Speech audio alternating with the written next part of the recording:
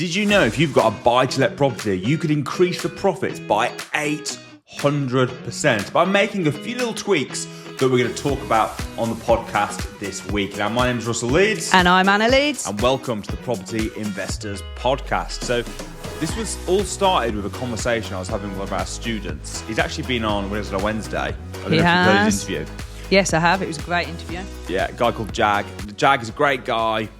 He's from Wolverhampton. He does a lot of crewing at our events, doesn't he? So we know him pretty well now. We know him very, very well. And he actually, he already, when he came to our training, he already had a buy-to-let property. But like many, many landlords, it wasn't making very much money. In fact, I think it was making less than £200 a month. Yeah, which is kind of what buy-to-lets are struggling, aren't they, at the moment? They are struggling. They're struggling for lots of reasons. One of the reasons is the tax. So if you own it in your personal name, you can't claim the mortgage interest back as a payment. So that's crippling you, because if we talked about this on a previous show, but if your rent is £1,000 a month and your mortgage is £1,000 a month, you'd think, oh, I'm losing money, but you're not. You're not making any money, but you've still got to pay tax on the £1,000 that you're making. You can't claim the mortgage interest back as a tax-deductible expense. So that's one problem that landlords are being hit with right now. But also, obviously, mortgage rates have gone up quite a lot over the last few years, which is a big deal. And it just the market in general, everything seems to be against landlords. Yeah, and this was the situation Jag was in. He was still making money, but like, you'd have to have a lot of properties to make. If you're trying to become financially free, how many properties would you have to have if each one was making you £200? Well, you'd need a lot, wouldn't you? Yeah. You'd need, say, even to live on. What do you consider financially free? How much money would you need to be earning to live? Me personally, or do you think the average across the country? Because it's very different for if we still lived in the Midlands to living down here. Mm-hmm. So I think in the Midlands... Let's say you could live it, because you own a property portfolio, so you can live anywhere you want, obviously within reason. Because I think if we move back to where we used to live, I think you could be financially free if you earned £4,000 to £5,000 a month. 4 to 5. Yeah. So you're not reckon you could live on 3? I think it's gone up. It has gone up. Back when we lived there, yes, I would have said 3, but we used to live on 2. Yeah, but less than 2 probably at one stage. But everything's skyrocketed since then. So I think to be comfortable, because there's financial freedom, yes, but you're eating beans on toast every day, you can just about get by. Yeah. But I wouldn't call that financial freedom, personally. I'd be talking about, I'm not saying really lavish, but kind of, a comfortable life. So I reckon about £4,000 for the Midlands. Down here, it'd be a lot more. I mean, when we ask people at events how much is financial, you get people varying from down here up to about 50. Oh, I'd need to make £15,000 a month to be financially free. I think it, depending where you are in the country. So I think to say generically, this is how much to be financially free. Is it maybe that you're just never happy though? Like, I've got a friend who, he doesn't have to work a day in his life. He goes to the gym every day. He has sex every day, but he still moans about how much he hates prison. Wow. Lowered the tone there. But yeah, I know what you mean. So it depends. It's funny because we used to say £2,000 a month, but I agree. I think you could live off £3,000 a month. Even down here? No. Yeah, so exactly. So it depends where you are in the country. Yeah, but I think if you were prepared to move to somewhere that wasn't like, I think you could live off 3. Let's say 3. In Liverpool. Wolverhampton. You could live off £3,000 a month, couldn't you? £36,000 a year. Yeah, just. I reckon these days, just. Yeah. So how many buy-to-lets would you need? Have had to have that standard? At £200 a month. And then need 15. Really, are you financially free? Because that's going to be one hell of a job to look after you. You're 15. Really. Have you got any kind of freedom? Yeah, well, let's say financial freedom is like, passive income is little to no work. I think if you've got a few properties, that would be the case. If you had 15, if you had a management company in place, it would be fine. Yeah, but that would eat into your profits. That's going to eat into your profits. So that's another 10. another 10 properties you need to get to cover the... All right. So what should you do then? You're a landlord. You got a buy-to-let property. You're only making £200 a month. What should you do? I was having a chat to Jag. We've had a chat about it as well, and we've come up with 8 ways that you could fix that property. And what Jag did, and he did some of these things, is he took a property that was making him £200 a month, and it's now making him £1,600 profit per month. Yeah, so brilliant. Suddenly, rather than needing 15 properties, you need 2. Yeah, amazing. And he has now got 2. That's exactly what he's done. Yeah, so now he is financially free, rather than struggling along with his one property. I mean, listen, it's not all doom and gloom. They are still going up in value. Yeah. There are pros as well. But yeah, I agree with you. Really, owning any property is good long term. Yeah.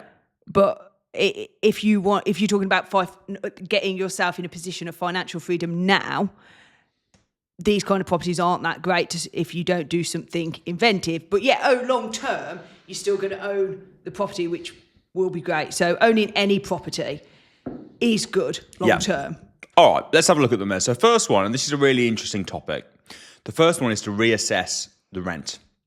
So reassess how much the tenant is paying. Now, the reason this is an interesting topic is because many landlords have many different opinions. I've got a feeling we've not discussed this. I think we might have opposite opinions on this. Go on. So are you going to say, so he looked and he's probably, if he's had a tenant in there 3 or 4 years, really he should up the rent? And he should go back and say, oh, you're paying 700. Actually, now the market's gone up. If I relet it now, I'd charge 900 and up the rent. Well, that's the conversation. That's the conversation. But I disagree that you should. Go on, tell me your point of view. Well, we have a property like that we know full well that they're getting it for. I mean, now I don't even know how much it would be worth, but they have got the same rental price as they had 10 years ago when they moved in. Yeah. And we've not once upped the rent. Yeah. And you're kind of thinking, should we? My problem with it is every time we've rented, until we bought this house, we've rented our whole lives. Every time a landlord came to us and upped the rent, not once did we stay. We moved every single time within weeks of them upping the rent. Because the minute you're told the rent's going up, you don't just think, all right. Or maybe it's just me. Maybe people do and just go, okay then. I don't think so. First thing they do, well, if I'm having to pay that for this, I'm going to go on Rightmove, see what else is out there. And you also begrudge it a little bit because it's like you've had that house for that price. Your house isn't getting any better. They're not going, oh, what we're going to do is we're going to up the rent and we're going to renovate it for you. They're just saying, no, for the same thing, you're going to pay more. But and you can't help but psychologically think, well, what's out there that's better then? And you can't say every time we moved, every time. But what about things like, for example, what about things like we were talking about Happy Meals the other day? We said, how much is a Happy Meal? And I was like, isn't it $1.99? And then we looked, it was like $3.89. Yeah. So it's basically doubled over the time since I remember last checking. But I'm not there going, oh, well, how much bigger's the burger? What have you done to improve it? I just know that over time things go up. It's just the way yeah, of but life. there's something about it when you actually live there. I do agree with you though, right? Because you're right. We haven't put the rent up. My attitude was, if you've got a good tenant, if I had a bad tenant, I would have definitely put the rent up. Oh yeah, if you, yeah, I totally agree. If you've it's got a a bad good tenant who looks after the property really well, like the tenant you're talking about, they renovate it regularly, they keep it to a really high standard. It's like the hassle. If we do put the rent up and they move out, 1 or 2 months void would take years to make up back. just for the extra £200 you're going to make every month. So what we're losing in rent, we're making up for inconsistency. Yeah. So they've been there 10 years, no voids, no maintenance. To me, And that's worth at least 20%. It's win-win because they just leave us alone. Because they know they're getting a good rent. So they're not going to come to us and go, we need a new boiler. And I'm assuming in the last, how many years have they been in? I think they would have needed a new boiler. So you don't think there's been any issues with the boiler at all the whole 10 years? Or is it longer now? Might be longer. I mean, it's possible they might. I mean, that would surprise me if they left the boiler. decorated multiple times. I agree with that. And they just don't get in touch at all because they know the minute they go, the boiler's broken, we're going to go, and the rent's really low.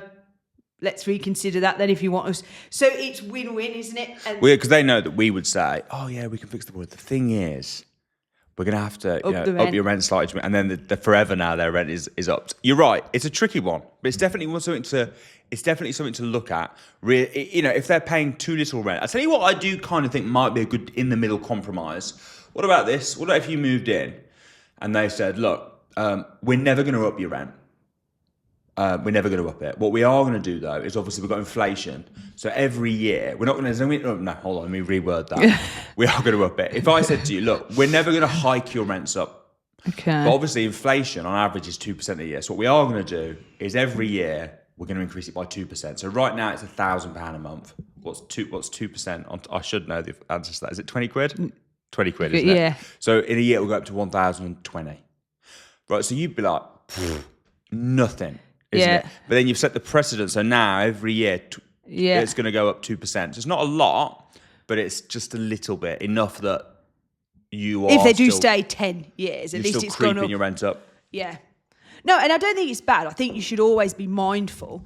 And especially, I mean, we're lucky in that we love talking about the one house that's had that because that's the one tenant that stayed. But most people don't have tenants that stay 10 years. I mean, you have a turnover and it's just worth constantly checking and not just look at how much properties around here we see them go on the market and then a year later they're back on the market and the rent is massively because more. They've tried to charge us more and we've moved out. So the houses keep coming back on. Oh yeah, every time we've moved out they've upped the rent by £1,000. Yeah, which is shocking. Yeah. And they go, so like you say, when you're going in fresh you're happy to pay it, but when you're getting charged, like they've come to us and gone, right, you've been there a year, an extra £1,000. And I just can't help myself. I have to look elsewhere and see what's... Yeah, I do think if you've around. got a good tenant in, I do think, as rule of thumb, I like the idea, which I've never done, but I do like the idea of agreeing a small increase per year. Or you could say, look, we'll go with inflation. So whatever inflation is that year, we'll up it by that amount, just to keep it in line with cost. But I'm never going to just hike it up. I'm never going to turn around to you and go, no. And that's where I think it really pisses people off, actually. I think if you are... what we could do, I've known people, Samuel did this, he had a property similar to us, he'd had them in for years, 7 years I think, never put the rent up. And let's say, I can't remember the figures, but let's say he was renting it to them for 400, but the now market rent was 600. Right? Yeah. So he went and said to them, he said, look, you've been here 7 years, I've never put the rent up. It's 400 currently. Market rent is 600. I'm going to have to put it up a bit. Why don't we go, I still want to give you a great deal, though. Why don't we go for 500? Yeah. And I think then they'd be more they're accepting happier of that. Yeah, rather than suddenly like, oh, you've gone from 400 to 600. Yeah. Because suddenly it's like, whoa, this is... But you're right, that every time I've ever had a landlord put rent up, it has pissed me off. And we've moved out. And we have moved out. The only time we didn't, Cleve Way, the rent got put up and we didn't move out. Yeah, that is true. No, we stayed there because it was still... But we begrudged it. And the reason why didn't we move out is exactly what I just said, is we knew it was still a really good deal. But we were like, oh, the rent's gone up. Oh, it was an insanely good deal to start with, wasn't it? And it went from an insanely good deal to a normal good deal. Good deal. Just like a fair good deal. But fair enough that when you looked around, it wasn't worth moving. Yeah. Yes, that was the only time where it was like, actually, it's still such a good deal. But I think that's the thing. I think if you increase it by something that's not so much that it makes it not worth moving, I don't think most people do that. No, they just hike it up to market rent. And the problem is, as soon as you go to market rent, you're going to look around, aren't you? And say, but that's one idea, is to reassess your rent. Right, next idea. Even though I don't think we promoted that as well as... Well, we're not saying that... Well, we're not trying to promote these ideas. We're just giving you ideas and then discussing them, right? So here are some of the ideas that I talked about with Jag and a few other people. Yeah. What have you done? Now, we might not agree with these ideas, but it's putting it out there, isn't it? Right? So number 2 is reduce your expenses. Yeah. So have a look at, what are the expenses? How much am I paying in management? Like, for example, here's another good example, actually. That property that you were just talking about that we haven't put the rent up, we manage that ourselves. Yeah. So we're saving 10%. Yep. Straight away, the whole time. And because they're a great tenant, I haven't spoken to them for a couple of years. Yeah. So there's zero management, so we're saving money there, saving money on void, saving money on costs. But where can you save money on costs? It could be fee. I mean, normally if you've got a buy-to-let property, they'll obviously pay the utilities. Yeah. But is there anything that you are paying for with the property where you could reduce the costs? Yeah. Right, because it's any business model, isn't it? Yeah. If something's not making money, it's like, can we charge more? Yeah. Can we pay less? Yeah, of course. And sometimes you do get complacent. And it's very easily done, isn't it? And you just, without thinking, you just pay the same old, and you don't even think to look around to see, if you could get your mortgage down, if you could get the utilities down. You just kind of think, and that's the point. You just willy-nilly pay it for years on end without... Well, I'll give you an example of something that we're doing like that at the moment with one of our rental properties. I noticed that the TV package had gone up. Obviously, when I got it on like a 2-year deal or whatever. And then after that, they hike the prices up, don't they? Yeah, so if you're not aware and not keeping on top of it, and I haven't changed that actually yet, so worth note to you to look into. TV package has increased. So yeah. That's just great advice in life. Every so often, we just do that with our own personal finances as well, don't we? And it's mad. I saw something on social media the other day. A guy stopped someone in the street and said, if you can tell me how many subscriptions you've got on your phone, and you get it right, I'll give you £100. And the guy went, yeah, I've got 3. I've got Netflix, said something else, and a gym subscription. And the guy goes, okay, let me check. He goes, I've got an app that tells you how many subscriptions you're paying for. Like it plugs into your bank or whatever? Yeah, so it goes on your phone. It tells you on your phone how many phone subscriptions you're paying for on your phone. So this guy said, I'm paying for 3, passed him his phone. So the guy said, because it was promoting this new app that will check for you. He went, mate, you're paying for 15. And he was like, so you don't win £100. And the guy was like, what? And he had 15 apps, 15 subscriptions on his phone he's paying for, and he thought he had 3. And I think it's so easily done where you just don't think you've signed up for something here and it's only $3.99 and you've signed up for something there and you forget, and all these free trials. And do you know why I spot it with our properties? Because we have an individual bookkeeping sheet for each one. So you go through, and if you just, it's probably another really good tip actually, if you've got multiple properties, rather than just thinking, my property portfolio makes me 10 grand a month, whatever it is. It's like, well, no, this one makes me this much. This one makes me this much. Yeah. And when you go through and look at all the expenses and all the incomes, number one, that's where you'll notice. But number two, sometimes you have properties and you're like, man, that property's awesome.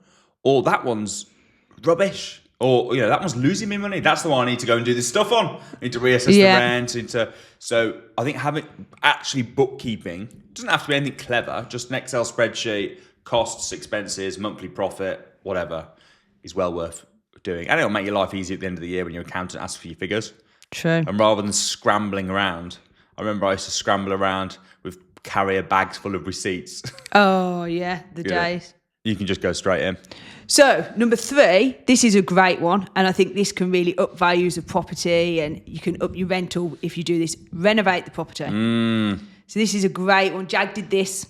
Jag did do this. Jag renovated the property, so he went in there, clear. It's amazing, actually. I did a little, some of the training we were doing on the HMO boot camp, some of our students, and I asked them, if you were renting a room, if you're renting a HMO room, what would be your number one thing that you were looking for that would increase the rents? And they said things like location, having an ensuite, having good Wi-Fi, which is all true. However, the biggest thing, if you go on Spare Room and look through the adverts, the biggest thing that would actually catch your eye is the pictures. Yep. And what catches your eye on the pictures, it isn't that it's necessarily got an ensuite, it's decorated really well. Yeah. If the property is decorated really well, it attracts your attention immediately, and they're the ones that command higher rents. And I was looking at HMOs in Birmingham, and we had right there in Brinley Place, which is a brilliant location, there was a room, wasn't decorated very well, up for £400. And then there was another room somewhere out, I can't remember where, it was still city centre, but it wasn't in Brinley Place, it was kind of outside of the city centre, and it was similar sized room, worse location, not for £400 a month, £600 a month. Wow. Why? Because it was decorated. Yeah. Well. And you see it. And if a property's nicely decorated and looks good, you're just happy to pay a lot more for it. Well, the thing is, it's different if you're buying, because then you see your vision on a property and you think, so we bought this house and renovated the whole shebang because we were like, right, we like the shell. Totally different. When you're renting, you're not going to spend all that money. So you can't go, oh, well, this is lovely. It's in Brindley Place. I know it's awful inside. Well, I mean, you could do this if you really thought you were going to stay there, but no one does. But what are you going to do? You're just going to live in but I don't like the painting, the carpet, the units. You're not going to go. Like, I remember I used to be a bit like that. I was like, we could change it. And you used to be like, no, we're not changing. I'm not going to rent it and then spend thousands renovating it. Changing kitchens. Well, you'd have to ask permission. You couldn't just walk And in and change the always kitchen. arseholes, aren't they? Yeah. Like, they're like, you cannot put a picture up. Or you can, but you have to. I remember Samuel had a property, right? He rented. It was like an old. Remember the one near the Arboretum in Walsall? Yes. Yeah, and it had that horrible Artexy wall. Yes, because he actually did renovate that one, didn't he? He did. Even though he rented it. But he said to them, he's like, "Can I change the wall?" They said no. Oh, and it was so old Such as an well. old, Like, awful. but not old nice, old like just really dated, wasn't it? And he said, well, look, I'll tell you what, how about then you let me put a media wall up over that wall. I'll leave everything behind it, so I'll put it all in front of it. And if you don't like it, when I move out, I'll take it out. And they were like, yeah, no problem. So he put it up. It looked amazing. It did. I remember that. And then when he moved out, do you know what they did? No. They were like, right, we want it.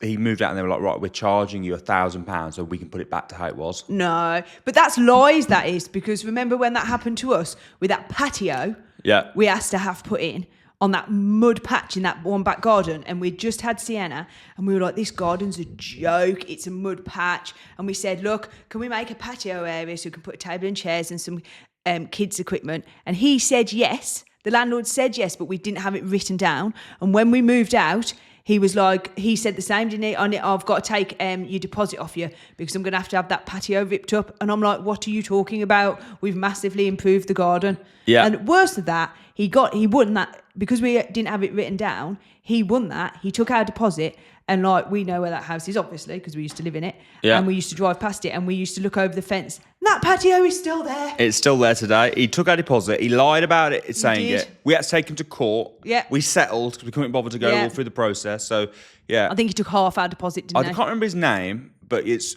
2 Hayfield Hill, Cannock Wood. The landlord that you own that, you're a fucking liar. And if you ever consider renting it, don't. Bear that in mind. If you ever... Get it in right. If you rent from that guy, get it in writing. Yeah, because it's not like we just did it. We actually asked permission. And he was like, yeah, of course. And then... No, joker.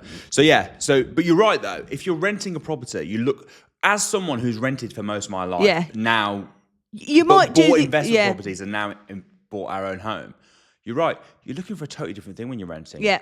You're literally looking for somewhere that looks nice now. Yeah.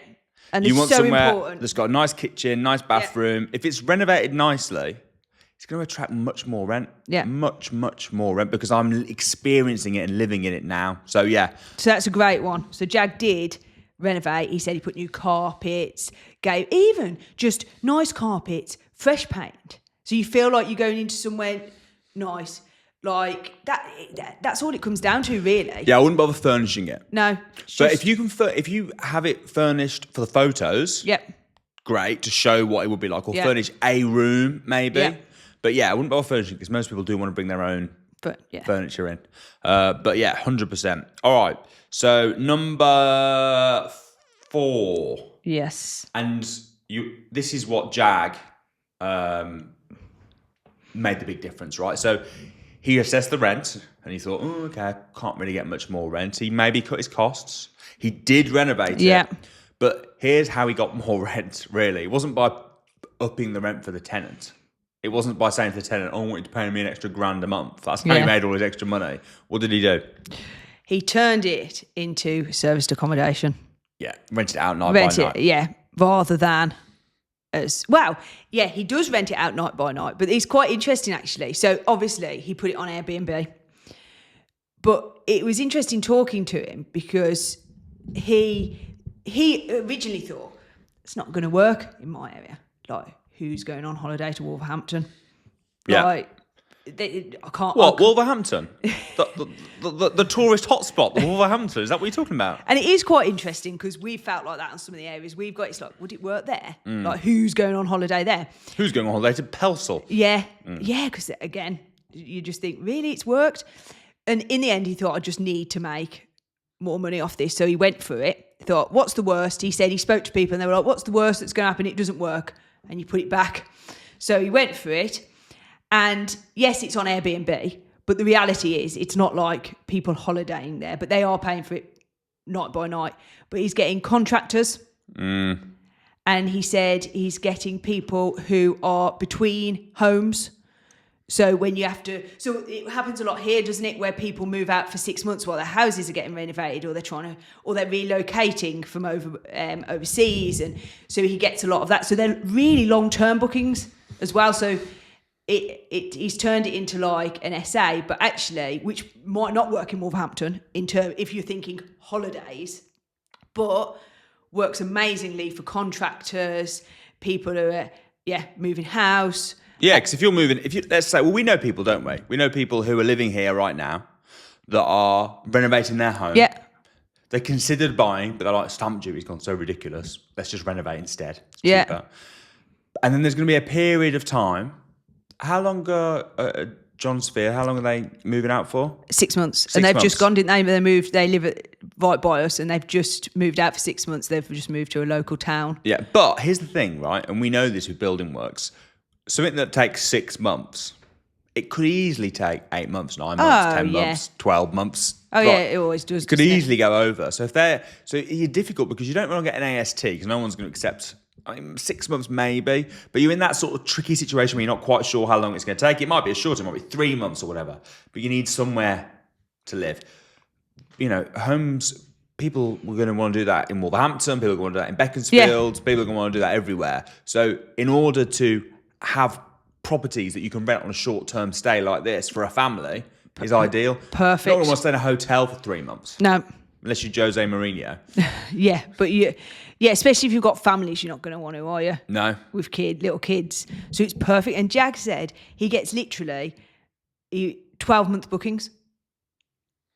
So it's like as good as like when you've got the best of both. Absolute best of both.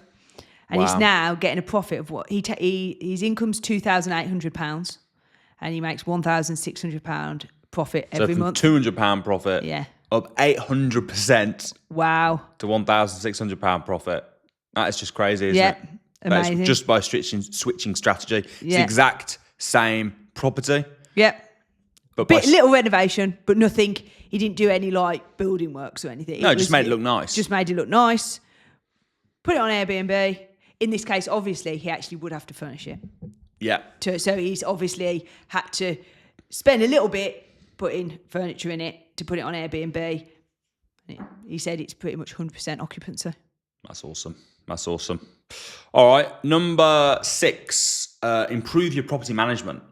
Yeah. So if you've got a property, now this could be you're renting out a service accommodation. It could be a HMO. It's another great strategy if you want to make more money. It could be a buy-to-let. But you want to make sure you've got a good property manager. If you've got a property and it's not getting booked, it's not getting rented out. We talked earlier about overpaying for your management, which is definitely something you want to check. But at the same time, you don't want to underpay either. Get a bad manager in. Yeah. So you want to make sure the property is being managed well. Time, effort, and energy is going into it. I remember we had HMOs. People came to us when we managed HMOs for people, and they'd come to us like, "Oh, it's HMO, it's losing money," and like within 2 weeks, we'd filled it with tenants. Yeah. And it's like I had a bad We manager. were like the masters of filling the rooms, weren't we? Well, we got a lot of experience at it in the area, hadn't we? So we knew what we were doing. But if you've got a bad manager, it could be that you've got a buy-to-let or a HMO or a service accommodation that's struggling purely due to bad management. Yeah. I've heard loads of people that have bought SA units where they've bought it, passed it on to someone to manage it. It's been struggling for years. They take it back and do it themselves. Bang. Yeah. Well, the problem is with the management is at the end of the day, when you are managing your property yourself, you notice things. So like we went up to one of our properties, didn't we? And we're like, actually, because we love doing our little spot checks of them, we were a little bit unhappy with a few things and we wanted to spruce it up a bit. We thought the arrival package could be nicer. Just, those little touches. When a management company has it, that's just a job. They don't really care, do they? They kind of, certain management, it's like, yeah, they put it on spare room. Didn't go. And what? Their job, they'll just be like, my job's done. And it's like, they're not going to go, oh, well, actually, I could make that room look a bit nicer. Maybe those photos weren't the best. Maybe I'll spice that up a bit and make it look a bit nicer, like you would when you're managing your own property.